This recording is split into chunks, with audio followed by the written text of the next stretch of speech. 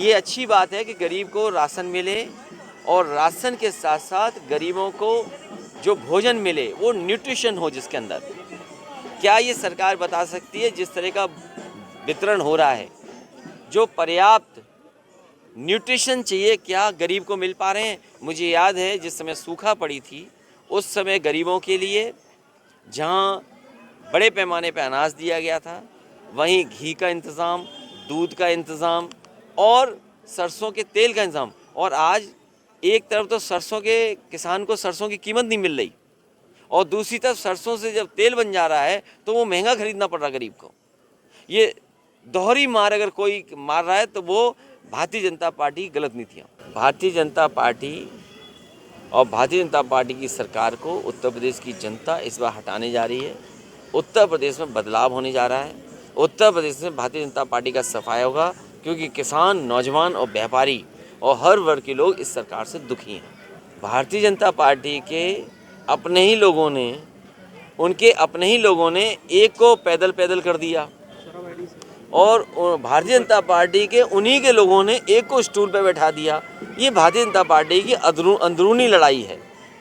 अंदरूनी लड़ाई की वजह से बहुत सारे लोगों की भाषा बदल रही है। वो जानते हैं कि जनता इस बार भारतीय जनता पार्टी को हटाएगी। बार बार ये कहा जा रहा है मंच से कि अब कोई कार्यक्रम का अगर हम उद्घाटन करने जाते हैं तो अखिलेश जी कह देते हैं कि अब हम इसका पहले ही कर चुके हैं शिलान्यास। आप मुझे ये सवाल जब आपने पूछा है बीजेपी से वजह, कम से कम आपको निष्पक्ष होकर के बताना चाहिए।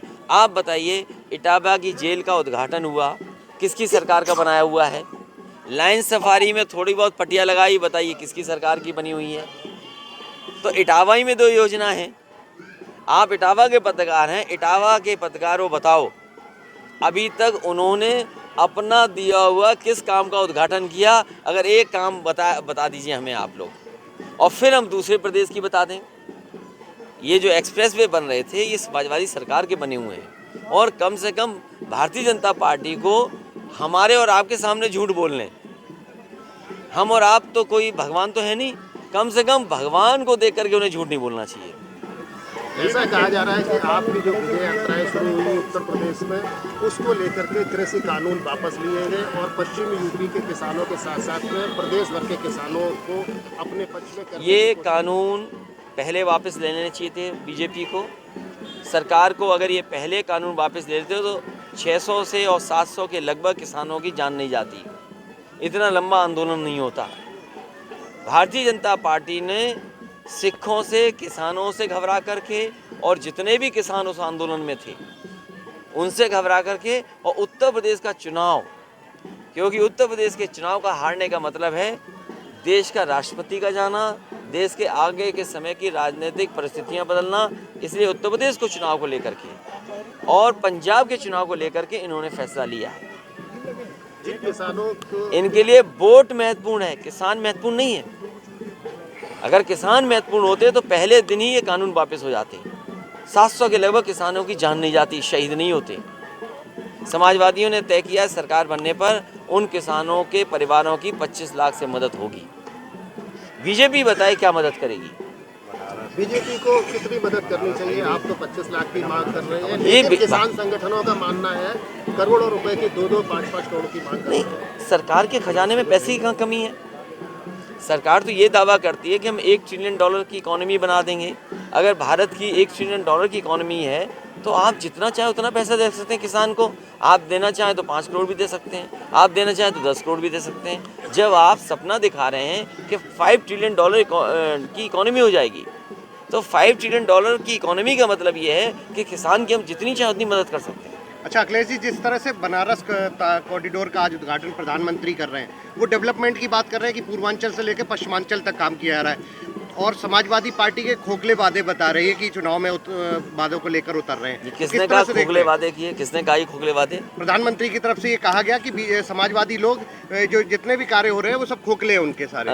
उत्तर प्रदेश में अभी देश के सभी डीजीपी आए थे, वो लगभग 1000 करोड़ की बिल्डिंग बनी है, और देश का सबसे अच्छा पुलिस हेडक्वार्टर उत्तर प्रदेश में समाजवादी सरकार में बना। इसी तरीके से डायल 100 जो अब डायल 112 है, देश की सबसे अच्छा रिस्पॉन्स सिस्टम है। जिस तरीके से न्यूयॉर्क की पुलिस चलती थी उसी तरीके से उत्तर प्रदेश की पुलिस के लिए इंतज़ाम किया गया था। वो 1000 करोड़ की लगभग बिल्डिंग है, ये 2000 करोड़ से ज़्यादा की इंतज़ाम है।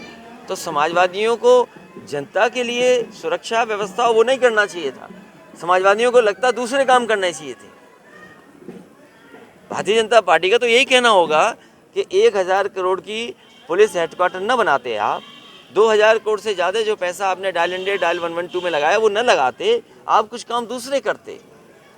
जिस सरकार ने इतने बड़े काम दिए हों वो खोखले कैसे हो सकते हैं? खोखले वो लोग हैं जिन्होंने 2 दिन की मीटिंग की, रात भर सोए, खाना वहाँ खाया, सब डीजीपी ने तारीफ की, तो उन्हें वो तारीफ नहीं दिखाई दे रही है।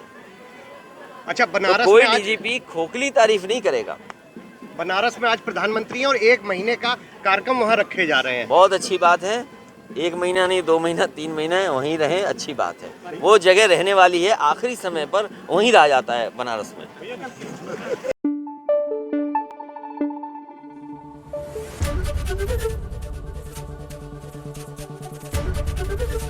एबीपी गंगा, खबर आपकी, जुबान आपकी।